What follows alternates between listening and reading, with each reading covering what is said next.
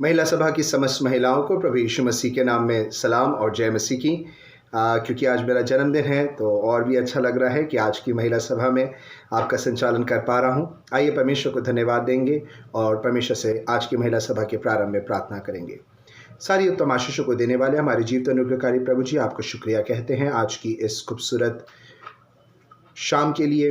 विशेष धन्यवाद देते हैं महिला सभा के लिए, जिनके माध्यम से पिता परमेश्वर की आराधना आपको महिमा और स्तुति देने के लिए और आपके वचन से अधिक जानने के लिए की जाती है। प्रभु जी, आप इन्हें आशीषित करें, प्रभु जी इन्हें इस्तेमाल करें और पिता परमेश्वर होने दें आज की आराधना के माध्यम से ना सिर्फ आपको महिमा मिले, परंतु साथ ही साथ पिता परमेश्वर आपके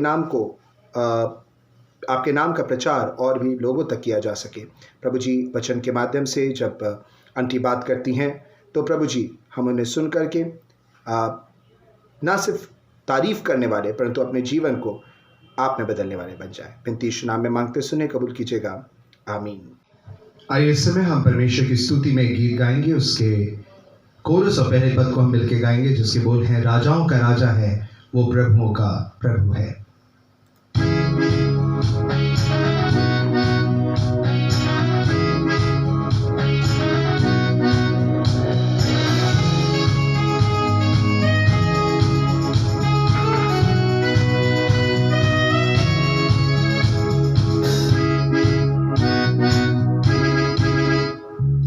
राजाओं का राजा है वो प्रभुओं का प्रभु है। राजाओं का राजा है वो प्रभुओं का प्रभु है। प्रभु यीशु मसीह, प्रभु यीशु मसीह, प्रभु यीशु मसीह, प्रभु यीशु मसीह। राजाओं का राजा है वो प्रभुओं का प्रभु है। राजाओं का राजा है वो प्रभुओं का प्रभु है।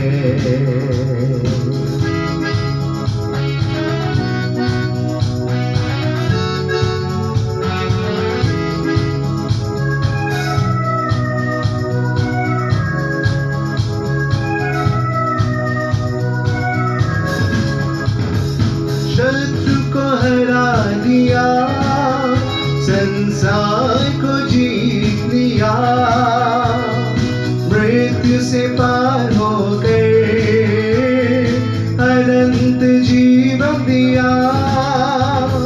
शत्रु को हरा दिया, संसार को जीत लिया, मृत्यु से पार हो गए, अनंत जीवन दिया।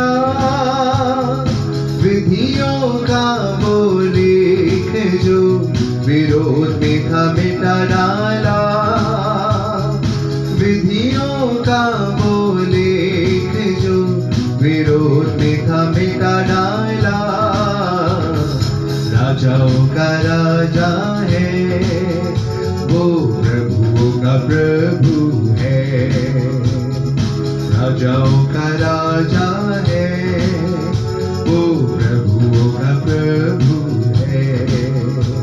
प्रभु यीशु मसीह, प्रभु यीशु मसीह, प्रभु यीशु मसीह, प्रभु यीशु मसीह।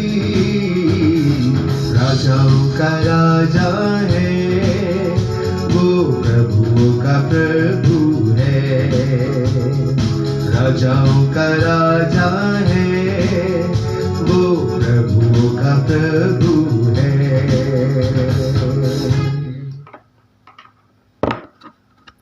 आइए इस समय हम परमेश्वर का वचन प्रभु की दासी श्रीमती मधु अग्रवाल के द्वारा सुन लेंगे।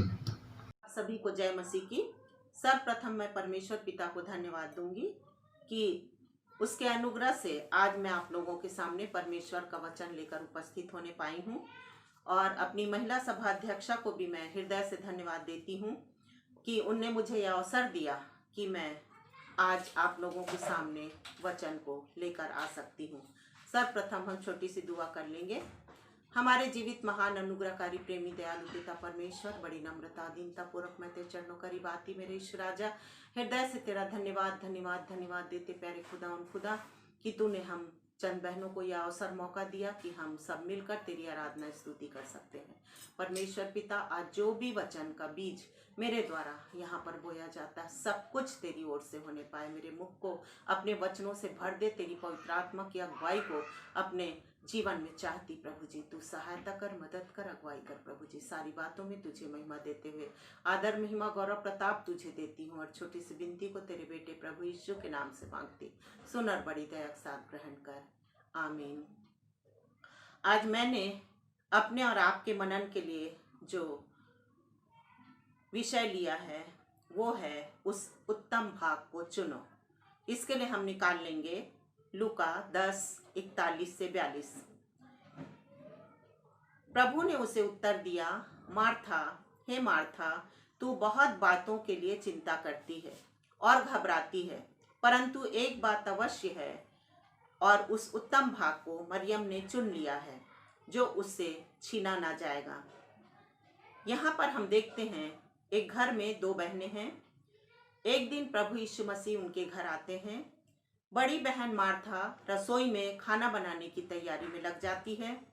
रोटी सब्जी चावल दाल बनाने में वह मशगूल हो जाती है, जबकि छोटी बहन मरियम बैठक में प्रभु यीशु मसीह के चरणों के पास बैठकर परमेश्वर की आत्मिक बातें एवं स्वर्ग राज्य की सच्चाइयाँ सुन रही थी। न तो वह घबराई हुई थी और न ही किसी हड़बड़ी में थी और ना ही उसे किसी सांसारिक बातों की चिंता थी। परमेश्वर के वचन की सच्चाइयां उसके मुखमंडल को प्रकाशमान कर रही थी। कुछ देर बाद पीछे दरवाजे से बड़ी बहन अंदर आती है। वह पसीने में लथपथ थी, वह हाँफ रही थी। उसके चेहरे पर गुस्सा, निराशा और झुंझलाहट साफ दिखाई पड़ रहा था। वह मन ही मन सोच रही थी, ये क्या बात है, वहाँ मैं किचन में काम कर रही हूँ और मेरी बहन मरियम यहाँ बैठकर भाषण सुन रही है। वह बहुत आग बबूला हो जाती है। वह मन ही मन बुदबुदा रही थी कि देखो इस नासपीटी को, इसे घर की कोई परवाह नहीं। क्या वह भी किचन में मेरी मदद नहीं कर सकती है? ऐसी भी कौन सी आत्मिकता है? ऐसे प्रवचन सुनने से क्या फायदा? गुस्से से भरकर वह यीशु मसीह से बोली, प्रभु यह ठीक नहीं है। मैं कब से रसोई में मर रही हूँ और एक ये है जो यहाँ मजे से बैठकर आपकी बातें सुन रही है। आप उससे कहिए कि वह आकर काम में मेरी मदद करे। प्रभु यीशु ने उस स्त्री से जो कहा वह गौर करने वाली बात है।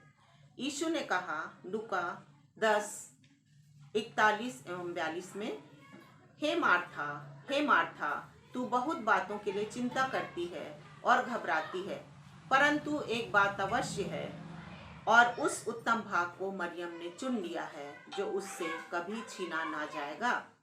प्रभु यीशु मसीह के कहने का अर्थ यह नहीं था कि मरियम घर का काम ना करे या खाना ना पकाए या मार्था की मदद ना करे। उनके कहने का अर्थ यह था कि मार्था बेकार में ही दुनियादारी की बातों में परेशान और बेचैन होकर दुखी हो रही है। उसकी बातें, उसके विचार, उसकी कोशिशें, उसका व्यवहार आदि दुनियावी विषयों में केंद्रित रहता है, जबकि मरियम ने जीवन देने वाले वचन के उत्तम भाग को चुन लिया है। कुछ माताएं यदि बच्चे पढ़ाई ना करें अथवा स्कूल ना जाएं तो पागलों के समान बच्चों के पीछे पड़ जाती हैं, छड़ी लेकर भूखे शेर की तरह उन पर टूट पड़ती हैं।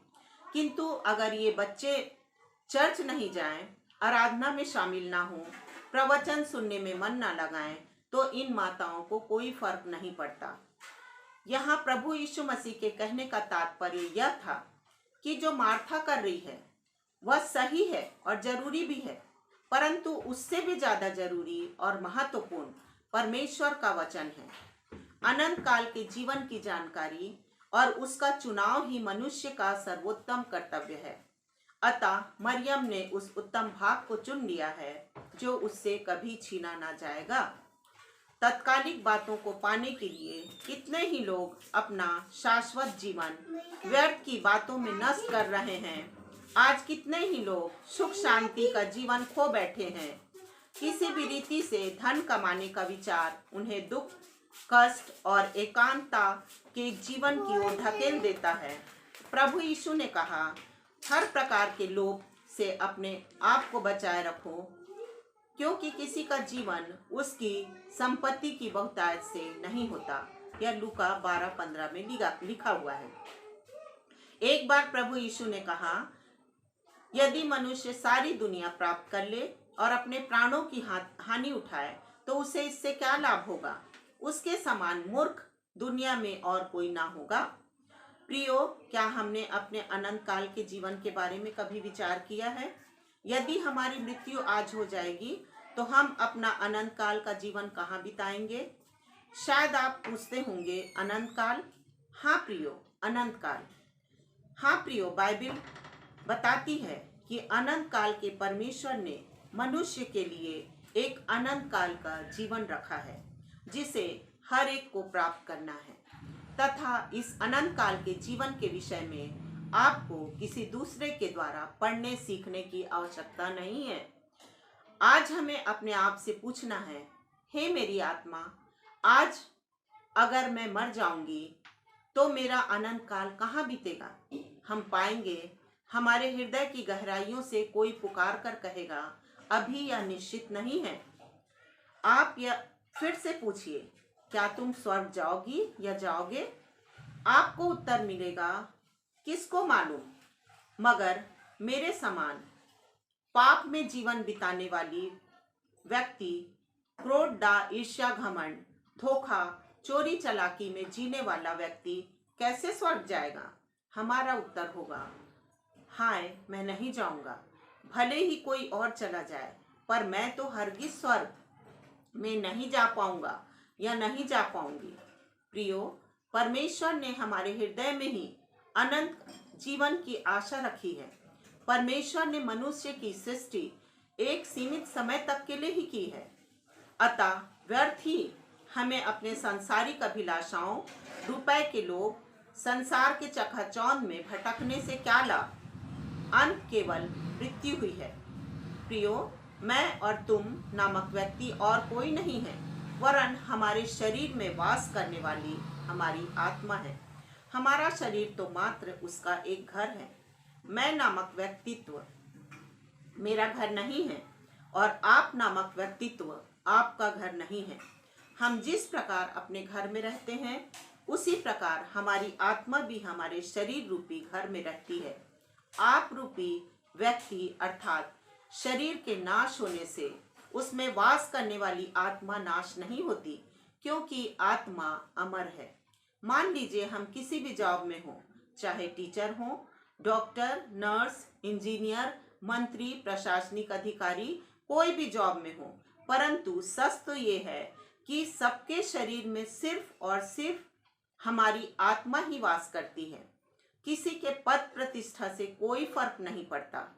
हर एक के शरीर में आत्मा है जो अमर है, अनंत कालीन है।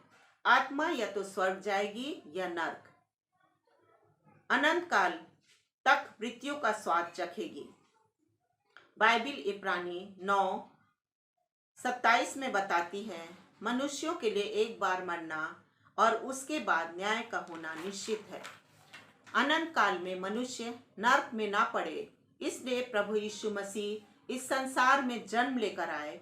यह परमेश्वर की योजना के तहत था, ताकि मनुष्य के पापों को क्षमा करके उनका उद्धार करे। प्रभु यीशु ने पापियों के पापों का भार और पापों के दंड को अपने शरीर पर सह लिया और क्रूस पर बलिदान हो गए। बाइबिल यीशु मसीह को सृष्टि से पहले वध हुआ मेमना कहती है। प्रभु यीशु मसीह, जिन्होंने न कभी पाप किया न वे पाप को जानते थे, मेरे और आपके पापों के लिए पाप बलि बन गए। इस सच्चाई का बखान बाइबिल बखूबी से बार बार करता है। परंतु हम देखते हैं मनुष्य पापों की क्षमा प्राप्त किए बिना रास्ता भटके हुए यात्री के समान अंधे मनुष्य की तरह अनंत काल से नर्क की ओर चला जा रहा है। मनुष्य अज्ञानी कैसा हो गया, अंधा कैसे हो गया यह मनुष्य? पाप ने उसकी आत्मिक आंखों को कैसे अंधा कर दिया है? समझने वाली बात है प्रियो। शैतान की सबसे बड़ी चाल यही है कि जब मनुष्य इस पृथ्वी पर रहता है उसे नर्क के विषय में सोचने नहीं देता। मनुष्य के दिलो दिमाग पर शैतान और दुनियावी बातों का नशा ही छाया रहता है। दुनियादारी की चिंताओं और सांसारिक बातों से उसका दिमाग भरा रहता है। वह व्यस्त रहता है सांसारिक बातों में, चिंताओं में।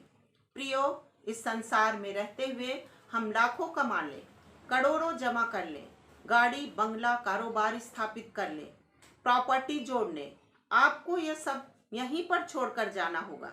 याद रखें, शैतान हमें स्वर्ग या नर्क की बातों को याद नहीं करने देगा। एक ग्लास में यदि पानी पूरा भरा हुआ है और यदि हम चाहें कि उसमें और पानी भर लें, नहीं भर पाएंगे। एक बर्तन में यदि कोई सामान भरा हो, यदि हम चाहें उसमें कुछ और भर लें, हम नहीं भर पाएंगे। यदि हमको उसमें कुछ डालना हो तो पहले उसे खाली करना होगा, उसमें रखी वस्तु को बाहर निकालना होगा।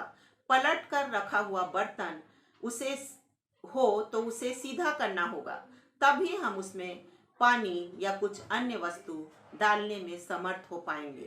प्रियो, शैतान भी हमारे जीवन में कुछ ऐसा ही करता है। वह हमारे मन में धन का लोभ, अतृप्ति, असंतुष्टि आदि को भर देता है। हम सोचने लगते हैं कि फलाने व्यक्ति के पास स्कूटर है, कार है, तो हमारे पास क्यों नहीं है? उसके पास 2 मंजिला मकान है तो हमारे पास 2 मंजिला मकान होना चाहिए। उसके पास महंगी साड़ी है तो मेरे पास भी वह होना चाहिए। उसके समान सूट बूट पहनकर मैं भी हवाई जहाज में सफर करूंगा। इस प्रकार के विचारों और दुनियादारी की वस्तुओं के प्रति हमारा मोह माया और भी प्रगाढ़ हो जाता है। हमारे मनों को शैतान छल लेता है। इसलिए प्रभु यीशु मसीह ने बताया कि कई बार परमेश्वर का वचन सुनने के बावजूद भी वो वचन मनुष्य के जीवन में कारगर नहीं होता, और इसका कारण यही होता है कि कटीली झाड़ियां बढ़कर उस उगे हुए बीज को दबा देती हैं और सांसारिक चिंताओं और धन का लोभ वचन रूपी बीज को दबा देता है और वह फलवंत नहीं होने पाता। बीते दिनों में, बीते सप्ताह में या बीते एक महीने में हम सब की बड़ी चिंता या हमारी बड़ी इच्छा क्या थी? क्या आनंद जीवन के बारे में हमने कभी सोचा था? या फिर प्रभु यीशु को जानने की हमने कभी कोशिश की थी? क्या शांतिपूर्वक जीवन जीने के बारे में हम सोच रहे थे, या फिर स्वर्गीय राज्य के बारे में चिंतित थे हम? नहीं, शायद ही हमने इन सब के बारे में सोच विचार किया होगा और फिर रविवार को या फिर जब जरूरत पड़ी तब परमेश्वर को सहायता के लिए पुकार लिया होगा, विशेषकर उस समय जब हम बीमार पड़े होते हैं। इसके अतिरिक्त मनुष्य अपना बहुमूल्य समय परमेश्वर के राज्य के लिए खर्च नहीं करता, क्योंकि हमारा समय तो सांसारिक बातों के लिए है। लूका के 12-13 में जिस व्यक्ति के बारे में हमने पढ़ा है उसके साथ भी ऐसा हुआ। वह यीशु के पास आकर कहने लगा, प्रभु सब कुछ गड़बड़ हो गया, मेरे पिता की संपत्ति में जो हिस्सा मुझे मिलना था वह मेरा भाई हड़प रहा है। यह बात उसने प्रभु यीशु मसीह से उस समय कहा जब प्रभु यीशु मसीह के चारों ओर हजारों की भीड़ थी और स्वर्ग राज्य की सच्चाइयों के बारे में सुन रही थी। इस बीच यह मनुष्य गिरते पड़ते बामुश्किल भीड़ में जगह बनाकर यीशु के पास पहुंचा था। अनंत काल के जीवन के बारे में जानने, सुनने की, समझने की उसकी कोई उत्सुकता नहीं थी। उसे तो सिर्फ बैंक बैलेंस, धन संपत्ति और जमीन जायदाद की चिंता थी। मैं यह नहीं कह रही हूँ बहनों कि हमें रोटी, कपड़ा, गाड़ी, धन दौलत, बैंक बैलेंस नहीं चाहिए। परमेश्वर का वचन ऐसा नहीं सिखाता, परंतु इस व्यक्ति को आत्मिक और अनंत काल की बातों से अधिक चिंता सांसारिक बातों की थी, यह बात परमेश्वर को नापसंद थी। संसारिक और आत्मिक विषय परमेश्वर ने हमारे सामने रखे हैं। हम किस बात का चुनाव करेंगे?